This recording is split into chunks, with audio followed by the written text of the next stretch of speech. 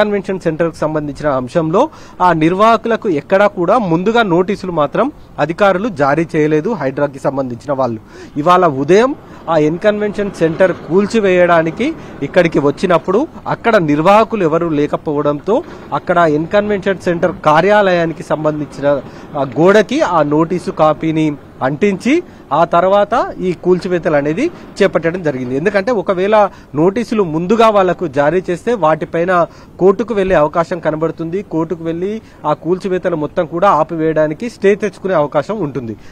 అందుకోసమే వాళ్లకు ఎక్కడా కూడా ముందస్తు నోటీసులు జారీ చేయకుండా హైడ్రా అధికారులు చాలా పక్కా ప్రణాళిక ప్రకారం ఈ కూల్చివేతల్ని ఇవాళ చేపట్టడం జరిగింది అనేది మనకు చాలా స్పష్టంగా అర్థమవుతుంది.